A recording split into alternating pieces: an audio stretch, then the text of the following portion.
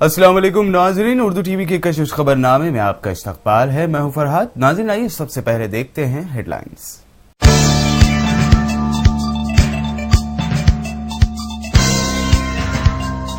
आंध्र प्रदेश में 25 अजला बनाने कांग्रेस ने किया वादा। जयराम रमेश ने कहा, पोलावरम प्रोजेक्ट को टीआरएस या केसीआर हरगिज नहीं रोक सकते।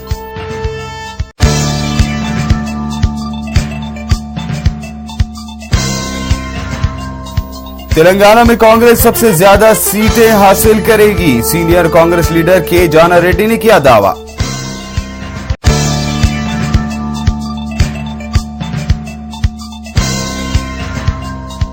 आसाम में मुस्लिम मुखालिफ फसाद के बाद खौफ का माहौल जारी। 40,000 अफराद ने छोड़ा घर। महलूकीन के रिश्तेदारों ने मैयतों की तदफीन से किया इनकार।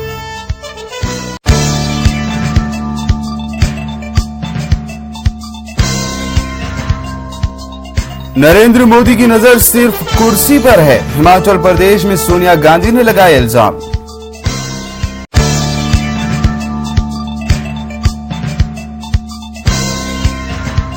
और सऊदी अरब में मर्स वायरस से अवाम में खौफ का माहौल। खतरनाक वायरस से मरने वालों की तादाद 111 तक पहुंच गई।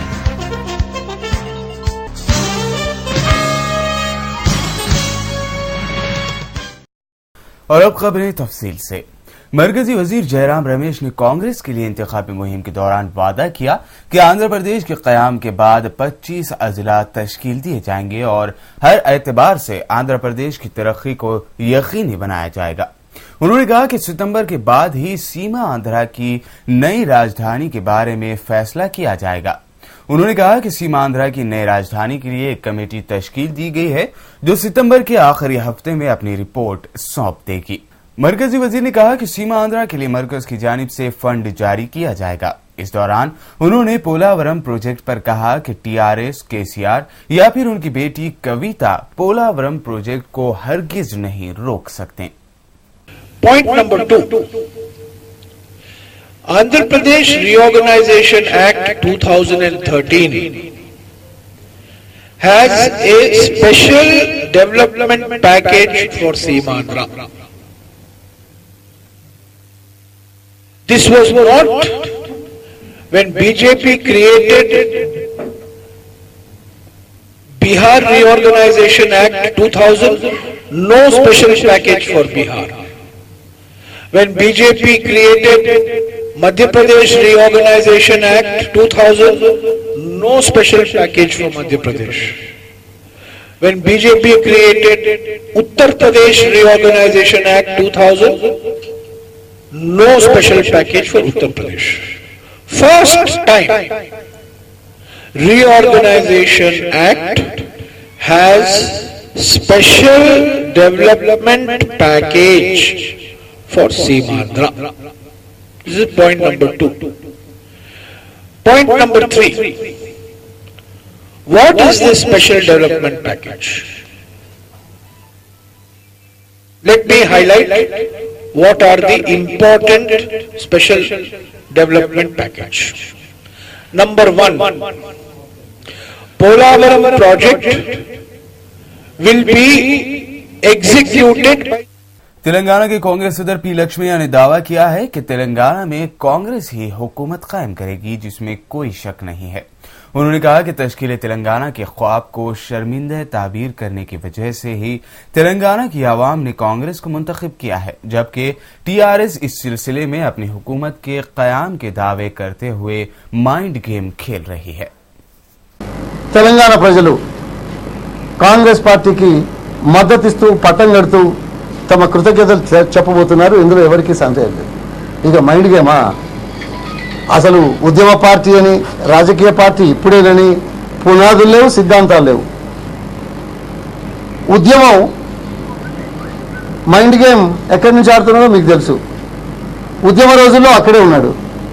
అధికారం ఇస్తే సేవ, లేకపోతే విశ్రాంతి అన్న మహానుభావులు। सीनियर कांग्रेस लीडर और साबिक वजीर जाना रेड्डी ने भी दावा किया है कि तेलंगाना में कांग्रेस ही हुकूमत बनाएगी। उन्होंने कहा कि तेलंगाना का देरीना मुतालबा कांग्रेस पार्टी ने ही पूरा किया है, इसीलिए वो तेलंगाना में सरकार बनाएगी। కఠోర నిర్ణయం తీసుకున్న సోనియా గాంధీకి కృతజ్ఞతగా రాబోయే నూతన ప్రభుత్వం కాంగ్రెస్ పార్టీ ఆధ్వర్యాన జరగాలనే అభిలాష ఉన్నట్టుగా మా విశ్వాసం. అందుకు అత్యధిక స్థానాలు గెలిచి కాంగ్రెస్ పార్టీ ఏర్పాటు చేస్తామనేటువంటి నా విశ్వాసాన్ని ఈ సందర్భంగా తెలియపరుస్తున్నాను. ఇది ఏదేమైనా 16వ తారీఖు నాడు ఈ విషయం ప్రస్ఫుటంగా ప్రజలందరికీ తెలుస్తుంది. बीजेपी के सीनियर लीडर वेंकैया नायडू ने इतवार को वाईएसआरसीपी के साथ इत्तेहाद करने की खबरों को सिरे से मुस्तरद कर दिया। वेंकैया नायडू ने कहा कि बीजेपी को जगन मोहन रेड्डी की वाईएसआर कांग्रेस पार्टी की हिमायत हरगिज नहीं चाहिए। అభివృద్ధి అంతా హైదరాబాద్ లో కేంద్రీకృతమైంది. 148 కేంద్ర సంస్థలు, 453 ప్రైవేట్ సంస్థలు. సో ఇక్కడ ఈ ప్రాంతంలో ఏవైతే హామీలు వచ్చాయో అవి జరిగితే అభివృద్ధి మనకు ఉపయోగపడుతుందని ప్రజలు భావిస్తూ ఉన్నారు. తర్వాత ట్రెండ్ మారింది. మీరు చూడండి, గుజరాత్ ఎలక్షన్ చూడండి, ఛత్తీస్గఢ్ ఎలక్షన్ చూడండి, మధ్యప్రదేశ్ ఎలక్షన్ చూడండి. అభివృద్ధే ప్రజల యొక్క మనసుని ప్రభావితం చేసింది. అందువలన ఆంధ్రప్రదేశ్లో కూడా సెంటిమెంట్ ఏం సెంటిమెంట్, దేనికి సెంటిమెంట్ నాకు అర్థం కాదు. వాళ్ళు చేసిన సెంటిమెంట్ సెటిల్మెంట్ తప్పితే వాళ్ళు సెటిల్మెంట్ చేయడం సెంటిమెంట్ అయిందని వాళ్ళే చెప్తున్నారు. ఇవన్నీ నేను ఇప్పుడు చదివించాను కదా మీకు, ఇవన్నీ డాక్యుమెంటెడ్. 2004లో రాజశేఖర్ గారు ముఖ్యమంత్రి ఉంది, ఫ్యాక్టే కదా. సోనియా గాంధీ గారు, కేసీఆర్ గారు కడువులు మార్చుకుంది రాజశేఖర్ గారి నాయకత్వంలోనే కదా. తెలంగాణ ఇస్తామని చెప్పింది ఫ్యాక్టే కదా. ఢిల్లీకి వెళ్ళి 40 మంది ఎమ్మెల్యేలు తీసుకొచ్చి రిప్రజెంటేషన్ ఇచ్చింది ఫ్యాక్టే కదా. ప్రణబ్ ముఖర్జీ కమిటీకి లెటర్ ఇచ్చింది, హోంమంత్రికి లెటర్ ఇచ్చింది ఫ్యాక్టే కదా. అసెంబ్లీలో రాజశేఖర రెడ్డి గారు చేసిన ప్రకటన ఫ్యాక్టే కదా. సో వెరీ ద సెంటిమెంట్ ఒకటి. రెండవది, ఈరోజు నేనేమంటానంటే, నేను గతాన్ని కూడా ఎక్కువగా నేను తవ్వను, కానీ వాళ్ళు మాట్లాడితే కొన్ని పత్రికలు ఇంక్లూడింగ్ వాళ్ళ పత్రిక పతాక శీర్షికలు ఈ 3 పార్టీలు బాధ్యులు అని అన్నారు కాబట్టి సమాధానం చెప్పాను. కానీ otherwise that is an issue gone now. ముందుకు చూడాలా, మన అభివృద్ధిని ఎలా సాధించుకోవాలని చూడాలి. कुरान फाउंडेशन की जानिब से जलसे उलूमुल कुरान मुनअक़द किया गया। इस जलसे से मौलाना सैयद राशिद नसीम नदवी ने खिताब किया। उन्होंने कुरान पाक के मुख्तलिफ उलूम और मानी व मतालिब पर तफसीली रोशनी डाली। ये जलसा मान साहब टैंक में वाक़े कुरान फाउंडेशन सेंटर में मुनअक़द किया गया था। इस जलसे में बड़ी तादाद में अवाम ने शिरकत करते हुए इस्तिफादा किया। ये कुरान मजीद की एक ऐसी खुसूसियत है, और आगे बढ़कर मैं कहता हूँ पूरे एतमाद के साथ मुनशरा हूँ कि ये कुरान मजीद का ऐसा मौजज़ा है, ऐसा मौजज़ा है जिसमें कोई किताब शरीक नहीं, कोई किताब शरीक नहीं। अल्फाज समझ के कह रहा हूँ, न कुरान शरीक है, न इंजील शरीक है, न बाइबल शरीक है, न ज़बूर शरीक। लेकिन बड़ी बड़ी एक उस्लूब क्यों है तकरार, इसका फायदा क्या है, इसका जवाब क्या है, इसका उसूल क्या है, इसकी जरूरत क्या है, इंशाअल्लाह इस पर तफसील के साथ अगला मजलिस में आपके सामने गुफ्तगू करूंगा। हदीस कुदसी उस हदीस को कहते हैं जिसमें हुज़ूर अकरम सल्लल्लाहु अलैहि वसल्लम ये इरशाद फरमाते हैं कि अल्लाह ताला फरमाता है, और अल्लाह ताला इरशाद फरमाता है तो कुरान पाक हो गया। कुरान में अल्लाह ताला की आयत है, कुरान मजीद कलामुल्लाह, कुरान मजीद कलामुल्लाह है, और इसका मफहूम ये है कि कुरान पाक के अल्फाज अल्लाह ताला के अल्फाज है, इसमें बंदों का कोई अमल दखल नहीं है, ये अल्लाह ताला के अल्फाज है। अल्लाह ने ये लफ्ज़ इख्तियार किया, अल्हम्दुलिल्लाह रब्बिल आलमीन, अल्लाह ताला के अल्फाज है, अल्लाह की जानिब से बंदों को दिए गए हुज़ूर सल्लल्लाहु अलैहि वसल्लम पर नाज़िल हुए। हदीस कुदसी जिसमें अल्लाह के रसूल सल्लल्लाहु अलैहि वसल्लम यूं कहते हैं कि अल्लाह इरशाद फरमाता है, उसमें अल्फाज अल्लाह के लिए है, मफहूम अल्लाह ताला ने दिया, मानी अल्लाह ताला ने इनायत फरमाए, अल्फाज हुज़ूर अकरम सल्लल्लाहु अलैहि वसल्लम की। इसीलिए हदीस कुदसी की 2-3 रिवायतों में अलग अलग अल्फाज मिल सकते हैं। बुखारी की रिवायत में कुछ थोड़ा बहुत फर्क मिलेगा आपको, इमाम मुस्लिम रिवायत करेंगे तो उसमें थोड़े से अल्फाज का फर्क होगा 19-20, लेकिन अल्हम्दुलिल्लाह कुरान मजीद के अल्फाज में कई फर्क है। हरम से छपने वाला, मक्के मुकर्रमा से छपने वाला कुरान और इंडिया में हैदराबाद से छपने वाला कुरान बिल्कुल एक रहेगा, एक नुक्ते का फर्क नहीं रहेगा। क्यों? ये कलामुल्लाह है, वो कलामुल्लाह नहीं है, अल्लाह ताला की बात है, हुजूर अकरम सल्लल्लाहु अलैहि वसल्लम के अल्फाज है। चुनांचे ये तो तशरीह हुई। अब हुक्म देखिए, आप नमाज में कुरान मजीद का कोई भी हिस्सा पढ़ सकते हैं, लेकिन हदीस कुदसी नहीं पढ़ सकते क्योंकि वो कलाम नहीं है। तो ये हुक्म का फर्क हो गया। ये कुरान मजीद और हदीस कुदसी का ये फर्क है।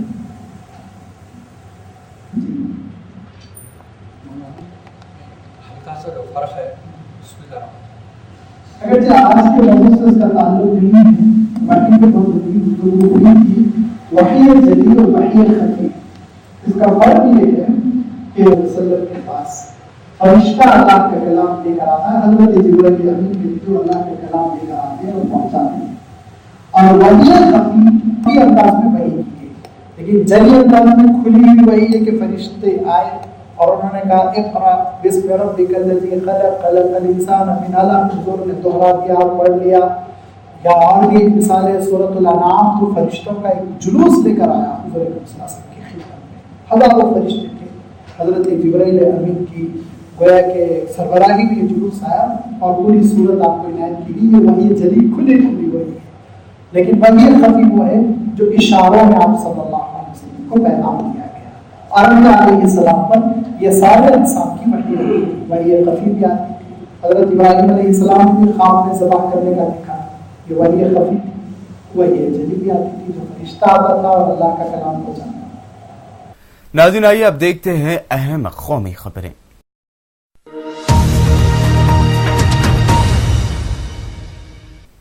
आसाम के कोकराझार और बक्सा जिले में मुस्लिम मुखालिफ फसाद के मुतासरीन ने फसाद में जाबाहक होने वाले अपने अजीजों की तदफीन करने से इनकार कर दिया है। उनका मुतालबा है कि जब तक रियासत के वज़ीर आला तरुण गोगोई उनसे मिलने नहीं आएंगे, वो महलूकीन की आखिरी रसूमात अदा नहीं करेंगे। दूसरी जानिब पुलिस ने अब तक आसाम फसाद के मामले में 30 लोगों को गिरफ्तार किया है। गिरफ्तार होने वालों में नेशनल पार्क का एक फॉरेस्ट रेंजर और कुछ दूसरे मुलाजिम भी हैं। इल्जाम है कि इन लोगों की मदद से ही फसादी गांव में दाखिल हुए हैं। वहीं कोकराझार, चिरांग और बक्सा में कर्फ्यू नाफिज है।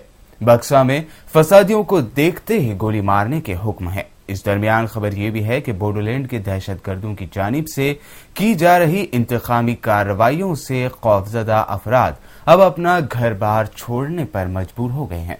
इस दहशतगर्दाना हमलों के डर से इलाके में तकरीबन 40,000 लोगों ने अपना घर छोड़ दिया है।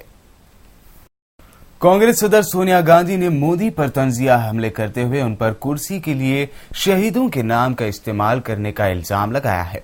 हिमाचल प्रदेश के कुल्लू में रैली के दौरान सोनिया ने कहा कि मोदी सिर्फ कुर्सी चाहते हैं। सोनिया ने इल्जाम भी लगाया कि बीजेपी का रास्ता तबाही का रास्ता है और कांग्रेस तरक्की और लोगों को शामिल करने के रास्ते पर चलती है। कांग्रेस सदर ने दावा किया कि कांग्रेस कभी झूठे वादे नहीं करती है। सोनिया के मुताबिक कांग्रेस हुकूमत की पहल पर ऐसा कानून आया है जिससे किसी की जमीन छीनी नहीं जा सकती। सोनिया गांधी ने रैली से खिताब करते हुए मजीद कहा कि ये अवाम को तय करना है कि आगे का रास्ता क्या होगा। हमारे देश के भविष्य का फैसला करना है। आपको तय करना है कि आगे का हमारा रास्ता क्या होगा, हम किधर जाएंगे। एक रास्ता है कांग्रेस का रास्ता, जिस पर चलकर आज भारत तरक्की की इस मंजिल तक पहुंचा है। यह मंजिल वर्षों की मेहनत के बाद, कांग्रेस पार्टी के वर्षों की मेहनत के बाद आप सभी के साथ मिलकर पार्टी कांग्रेस पार्टी ने हासिल किया है। यह रास्ता शांति का रास्ता है, सद्भाव का रास्ता है और बिना भेदभाव सबके विकास का रास्ता है। इस रास्ते में गरीब, कमजोर, पिछड़े सबकी चिंता सबसे पहले। यह रास्ता देश के हर नागरिक को सम्मान की जिंदगी जीने और बिना भय के अपने विचार रखने का हक देता है।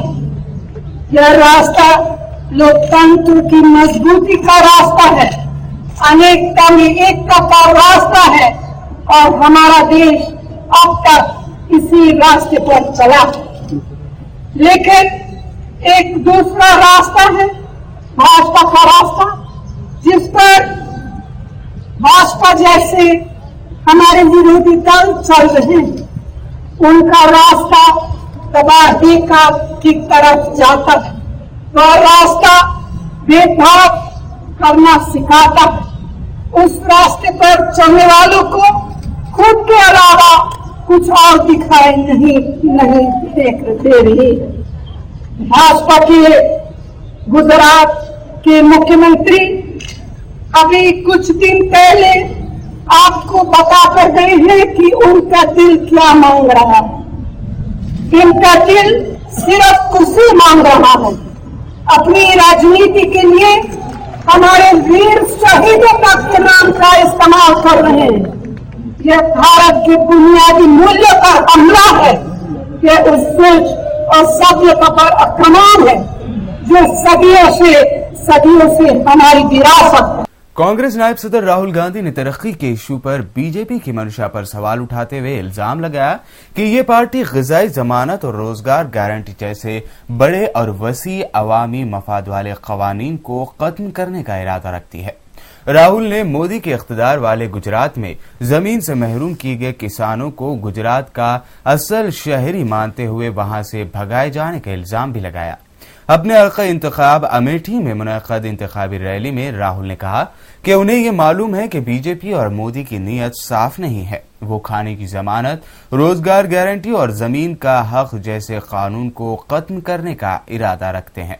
राहुल ने इल्जाम भी लगाया कि मोदी का तरक्की मॉडल 1-2 सनतकारों तक ही महदूद है और उनमें से एक का नाम है अडानी। राहुल का कहना था कि कांग्रेस ने किसानों का 70,000 करोड़ रुपए कर्ज माफ किया, लेकिन गुजरात में मोदी ने 40,000 करोड़ रुपए सिर्फ अडानी को दिए हैं। हम चाहते हैं कि हर बुजुर्ग व्यक्ति को, हर प्रदेश को, हर धर्म को, हर जात को कम से कम पेंशन मिले और सबको मिले। होता है हम चाहते हैं कोई महिला कहती है मुझे पेंशन नहीं मिलना चाहिए। हम चाहते हैं कि आपका अधिकार है, हिंदुस्तान में आपका अधिकार हो, अगर आप बुजुर्ग हैं गारंटी करके आपको पेंशन दिया जाएगा। खत्म करना। आपने मेरा भाषण सुना, सोनिया जी का भाषण आप सुनते हैं, मनमोहन सिंह जी का सुनते हैं, आपको प्यार सुनाई देगा। भाईचारे की हम बात करते हैं, विपक्ष की भी हम बात करते हैं, तो तमीज से हम बात करते हैं, कठोरता नहीं, कठोर शब्द नहीं प्रयोग करते। मगर आप भाषण सुनिए, मीडिया से भाषण सुनिए, जिसमें नए लोग जो आए पता नहीं नाम भूल गए, उनका भाषण सुनिए, आप उनका भाषण सुनिए, गुस्सा। तृणमूल कांग्रेस की सदर ममता बनर्जी ने उन खबरों को सिरे से खारिज कर दिया कि उनकी पार्टी बीजेपी के साथ इत्तेहाद करेगी। उन्होंने दो टूक अल्फाज में कहा कि ऐसा हरगिज नहीं होगा। ममता ने एक इलेक्शन रैली में कहा कि ऐसा नहीं होगा, कभी भी नहीं। ममता ने कहा कि कांग्रेस के कुछ बाबुओं को टीवी चैनल्स पर ऐसा कहने के लिए कहा गया है, इसलिए वो ये बात कह रहे हैं कि तृणमूल कांग्रेस बीजेपी के साथ जाएगी। तृणमूल सरबराह का सीधा इशारा मगरबी बंगाल प्रदेश कांग्रेस कमेटी के सदर अधीर चौधरी की तरफ था। राष्ट्रीय जनता दल के सदर लालू प्रसाद यादव और उनकी बीवी व बिहार की साबिक वजीर आला राबड़ी देवी पर कानूनी कार्रवाई की जा सकती है। लालू और राबड़ी पर सोनपुर में सरकारी काम में रुकावट पहुंचाने, वीडियो कैमरे तोड़ने, सड़क जाम करने और इंतखाबी मैदान में रुपए तकसीम करने का इल्जाम लगाया गया है। खबर है कि बिहार के सोनपुर में राष्ट्रीय जनता दल के सदर लालू यादव पुलिस अहलकारों पर इस वक्त भड़क गए जब उन्हें पता चला कि उनकी बीवी राबड़ी देवी की मर्द पुलिस अहलकारों ने बगैर सर्च वारंट तलाशी ली है। राबड़ी देवी के गाड़ी को रुकवाया और रुकवा करके बिना मजिस्ट्रेट के, बिना वीडियोग्राफी कराए हुए, बिना महिला कांस्टेबल के रहते हुए एसएचसी वगैरह सब शुरू होता है महिलाओं का, वो लगा खेलना करना। और एक गाड़ी है जो सोनपुर थाना में लगाया गया है, आप वो शूट करिए। हाँ, उसमें 8 क्रिमिनल को भी लेकर चल रहा था ये जो मिश्रा है। और ओवरटेक कर रहे थे। तो प्लान था कि हत्या कर दिया जाए, मार दिया जाए। ये इंटेंशनली कलेक्टर एसपी का नाम लेके ये मिश्रा कि ऊपर से आगे साया है। हमें पूछा कि तुम दूरी को कितना देंगे, पेंशन पकड़ेगा हमको या किसी हमें तैयारी को पकड़ नहीं हुई है। तो अभी FIR राज को किया है मेरे ने उसके खिलाफ करा दिया, रिसीव करा दिया। अभी इलेक्शन कमीशन भी जीती, सभी संबंधित को हम लोग जब लोग चुनाव हारने लगते हैं तो प्रशासन द्वारा इस तरह से हमारे दल के लोगों को, हमारे दल के उम्मीदवारों को प्रताड़ित करने की कोशिश करते हैं। और खास करके मैं ये कहूंगी कि मैं भी महिला हूं और मेरी माता जी भी महिला है, और महिला उम्मीदवार की अगर चेकिंग करानी होती है किसी को भी तो वो महिला कांस्टेबल रखना चाहिए, और जो कि वहाँ पे महिला कांस्टेबल नहीं थी। और उम्मीदवार ये आरोप लगाया, सर्च वारंट करने का मतलब यही होता है कि क्या उम्मीदवार कोई पैसे लेके जा रहा हो। तो जब आदमी जाता है क्षेत्र की तरफ तब उसकी चेकिंग होनी चाहिए, ना कि जब सभा खत्म करके और बिल्कुल हाजीपुर के बॉर्डर पे उसको चेक किया गया, लौटते वक्त उम्मीदवार को चेक किया गया। तो इस तरह जब हारने लगते हैं ये लोग तो इस तरह का प्रदर्शन ये लोग करते हैं। बिल्कुल साजिश इसलिए कि मेरी माता जी कह रही थी कि एक स्कॉर्पियो गाड़ी काफी देर से उनका पीछा कर रही थी जिसमें नंबर प्लेट वेस्ट बंगाल का लगा हुआ था। असली नंबर प्लेट गाड़ी के अंदर खोल के रखा हुआ था और नकली एक पेपर से लिखा हुआ था, वेस्ट बंगाल का नंबर लिखा हुआ था। तो ये आप उस गाड़ी किसकी गाड़ी है, क्या है, ये इसकी जांच होनी चाहिए सरकार की तरफ से, क्योंकि थाना अध्यक्ष थे तो अब वही लोग बताएंगे सरकार की तरफ से हो सकता है या भाजपा के उम्मीदवार की तरफ से किया गया होगा ये साजिश। मरकजी स्टील वजीर बेनी प्रसाद वर्मा को नरेंद्र मोदी के खिलाफ काबिल एतराज तबसरा करने के मामले में गोंडा की एक अदालत ने राहत दे दी है। उतरौला के जुडिशियल मजिस्ट्रेट राकेश सिंह ने पुलिस की तरफ से पेश दरख्वास्त में सही दफात न लगाए जाने को बुनियाद बनाते हुए उसे मुस्तरद कर दिया है। अदालत के इस हुक्म से जहां बेनी प्रसाद वर्मा को राहत मिली है, वहीं बीजेपी समेत पुलिस को भी जबरदस्त झटका लगा है। महाराष्ट्र के रायगढ़ जिले में एक मुसाफिर ट्रेन के पटरी से उतर जाने से कम 15 अफराद हलाक और 40 से ज्यादा अफराद जख्मी हो गए हैं। इस हादसे की वजह से इलाके में रेलवे निजाम ठप हो गया है और कई गाड़ियों के रूट में तब्दीली की गई है। रायगढ़ पुलिस के मुताबिक देवा सावंतवाड़ी नाम की इस मुसाफिर ट्रेन के 4 डब्बे और इंजन के पटरी से उतर जाने से यह हादसा पेश आया। रायगढ़ जिले पुलिस कंट्रोल रूम के पुलिस सब इंस्पेक्टर RM काबले ने बताया कि इस हादसे में 15 अफराद की मौत हो गई है और 40 अफराद जख्मी हैं, जबकि जख्मियों को इलाज के लिए करीब ही के सरकारी अस्पताल ले जाया गया है। पुलिस ने हलाकतों में इजाफे का खदशा जाहिर किया है। यह हादसा सुबह 9:40 पर उस वक्त हुआ जब देवा सावंतवाड़ी पैसेंजर ट्रेन मुंबई से 136 किलोमीटर दूर नागोठने और रोहा के दरमियान पटरी से उतर गई। उज्जैन जिले के बड़नगर में एक पटाखा फैक्ट्री में हफ्ते को लगने वाली आग में महलूकीन की तादाद बढ़कर 17 हो गई है। इस पटाखा बनाने वाली फैक्ट्री में लगी आग में 8 खवातीन और 3 बच्चों समेत 15 अफराद की हफ्ते को मौत हो गई थी, जबकि इंदौर में इलाज के दौरान इतवार को एक खातून समेत 2 दीगर अफराद ने भी दम तोड़ दिया। नाज़रीन, आइए अब देखते हैं अहम बैनुल अक़वामी खबरें।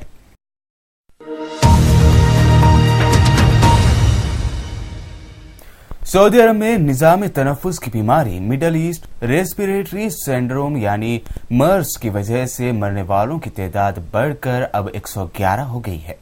रियाज में सऊदी वज़ारत सेहत ने अपने एक बयान में कहा है कि हफ्ते के रोज मर्स वायरस ने मजीद 2 अफराद की जान ले ली। इन 2 हलाकतों के बाद गुज़िश्ता सितंबर से अब तक सऊदी अरब में इस वायरस की वजह से इंसानी हलाकतों की तादाद 111 हो गई है। इसी दौरान 35 नए वाकयात के साथ सऊदी अरब में गुज़िश्ता 2 बरस के दौरान इस बीमारी से मुतासिरा अफराद की तादाद तकरीबन 400 तक जा पहुंची है, जो दुनिया भर में सबसे ज्यादा है। वहीं अमेरिका में भी इस बीमारी के पहले वाकये की तस्दीक हो गई है। मरीज एक ऐसा अमेरिकी शहरी है जो सऊदी अरब में काम करता था। अफगानिस्तान में सैकड़ों हलाकतों का सबब बनने वाली लैंडस्लाइडिंग के बाद अब लापता अफराद की तलाश का काम भी रोक दिया गया है। शुमाली अफगान सूबे बदख्शां का एक गांव में जुमे के रोज मिट्टी के तोदे गिरने के नतीजे में तकरीबन सैकड़ों अफराद हलाक हो गए हैं। इमदादी कारकुनों के मुताबिक हफ्ते की रात तक 350 के करीब लाशें निकाली जा चुकी थी और ये तादाद ज्यादा से ज्यादा 500 तक पहुंच सकती है। क़ब्ल अज़ीं कहा गया था कि हलाक शुदगान की तादाद मुमकिना तौर पर 2500 तक हो सकती है। बदख्शां के गवर्नर शाह वली अल्लाह अदीब के मुताबिक अभी इस बात का इम्कान न होने के बराबर है कि पथरीली मिट्टी और कीचड़ के नीचे से किसी लापता शख्स को जिंदा निकाला जा सके। इराक के साबिक वजीर आजम नूरी अल-मालिकी गैर एलानिया दौरे पर इतवार के रोज तेहरान पहुंचे। नूरी अल-मालिकी के करीबी हलकों का मानना है कि पार्लिमानी इलेक्शन के नताइज के ऐलान से पहले साबिक इराक के वजीर आजम का दौरे तेहरान का मकसद तीसरी मियाद के लिए ईरान से मदद हासिल करना है। अब आखिर में सुर्खियों पर एक और नजर।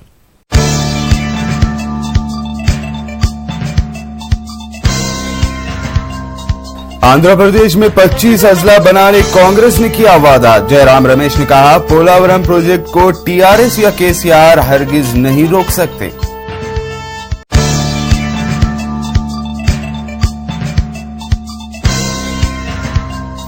तेलंगाना में कांग्रेस सबसे ज्यादा सीटें हासिल करेगी। सीनियर कांग्रेस लीडर के जाना रेड्डी ने किया दावा।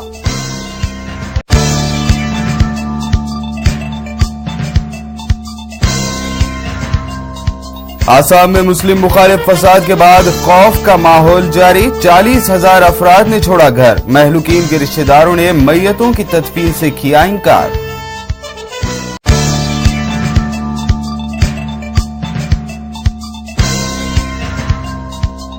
नरेंद्र मोदी की नजर सिर्फ कुर्सी पर है। हिमाचल प्रदेश में सोनिया गांधी ने लगाया इल्जाम।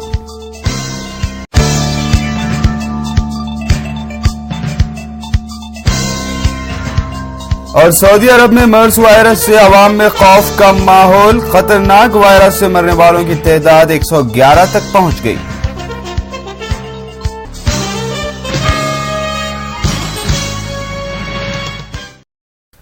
नाज़रीन, ये थी अहम खबरें। मजीद ताज़ा तरीन खबरों के साथ हम जल्द ही हाजिर होंगे। तब तक के लिए दीजिए इजाजत। अल्लाह हाफिज।